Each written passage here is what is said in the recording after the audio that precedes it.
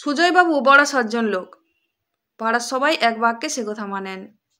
ভদ্র, শান্ত, অমায়িক, পুরো পরিবারের দায়িত্ব একা হাতে সামলান। বউ, মেয়ে, মা, বিধবা বৌদি আর ভাইঝি, এমনকি ডিভোর্সি দিদির দায়িত্ব তাঁরই।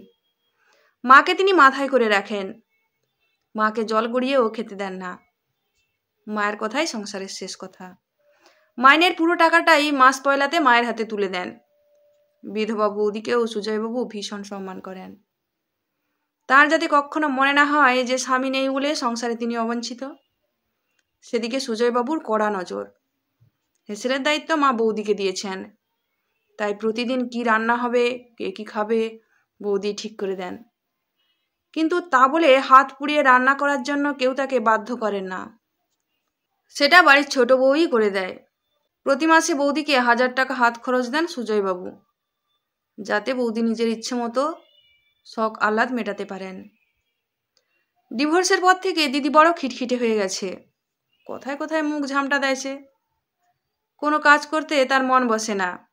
সুজয়বাবু বোঝেন দিদির কষ্টটা, তাই বাড়িতে বলে রেখেছেন দিদির মন বুঝে সবাইকে চলতে হবে, কেউ যেন হতভাগী মেয়েটার মনে কষ্ট না দিয়ে কথা বলে।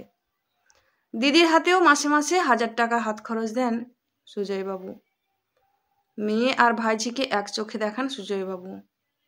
এক স্কুলে পড়ে। যার তো দিদির পুরনো বই খাতাতে চলে যায় মিতুলের। এছাড়াও পুজোর সময় এক রকমের জামা, একই পকেট মানি। নীলিমা বিশ্বাস সুজয়বাবুর স্ত্রী, আজ সকাল থেকেই মহিলা মিসিং। একটা খোলা চিঠি লিখে রেখে সে চলে গেছে হঠাৎ। শ্রীচরণে সে সুজয়, তুমি মহৎ মানুষ, তবুও তোমায় ভালোবাসি না আমি, হয়তো খালি ঘৃণাই করি। মাইনের পুরো টাকাটা মায়ের হাতে দাও, কিন্তু কখনো কি ভেবে দেখেছ স্ত্রী হিসেবে আমারও কিছু চাওয়া পাওয়া থাকতে পারে? কেন আমি আমার সব ব্যক্তিগত চাওয়া তোমার মাকে বলতে যাব? তোমার কাছে কি কিছুই চাইবার থাকতে পারে না আমার? অথচ কিছু চাইলেই তুমি বলেছ তোমার হাতে টাকা নেই। যা বলার বলতে হবে তোমার মাকে। আর এই এক কথা শুনতে শুনতে কখন যেন সব শখ আহ্লাদ মরেই গেছে আমার। তোমার বৌদির হাতে হেসেলের দায়িত্ব, কিন্তু রান্নার দায়িত্ব আমার। আর এই দায়িত্ব বিভাজনের খেলায় কখন যেন বাড়ির রাঁধুনি হয়ে গেছি আমি। তোমার বৌদি রান্নায় ফরমাস করে আর আমি সেটা তামিল করি। যখনই এই নিয়ে আমার ক্ষোভ বলতে গেছি তোমায়, তুমি বলেছ এর অন্যথা হলে বৌদি কষ্ট পাবে।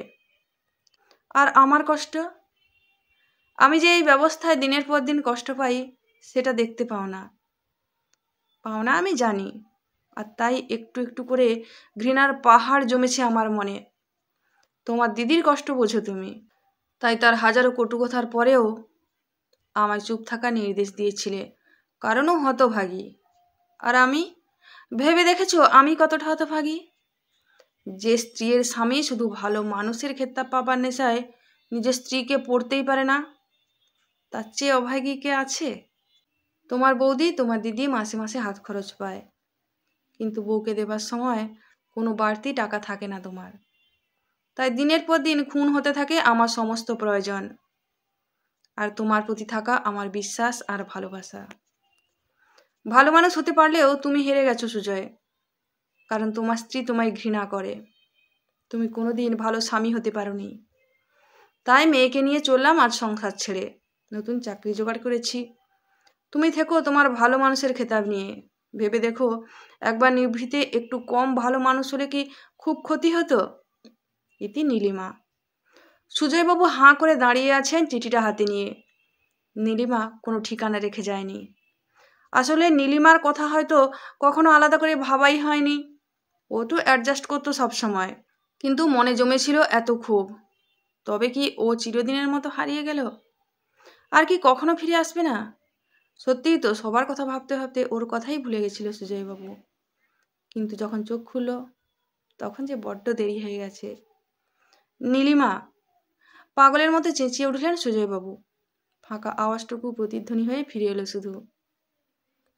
এটা গল্প নয়, আমার দেখা এক অতি পরিচিত জনের জীবনের ঘটনা।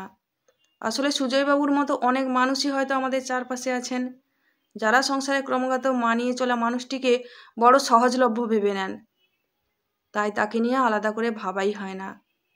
মনে হয় ও তো আছেই, কিন্তু যেদিন চোখটা খুলে সেদিন বড্ড দেরি হয়ে যায়। তাই সংসারে সেই মানুষটিকেও সমান গুরুত্ব দিতে হয়, যে মুখ বুজে সবসময় সব কিছুর সাথে অ্যাডজাস্ট করে চলে। আর যেদিন সেই সীমা ভেঙে যায়, সেদিন হয়তো মানুষটাকেও আর নাগালের মধ্যে পাওয়া যায় না। তাই সংসারে গুরুত্বপূর্ণ হোক সবাই, যে নিজের কথা মুখ ফুটে বলতে পারে না, ইচ্ছেগুলো মর্যাদা পাক তারও।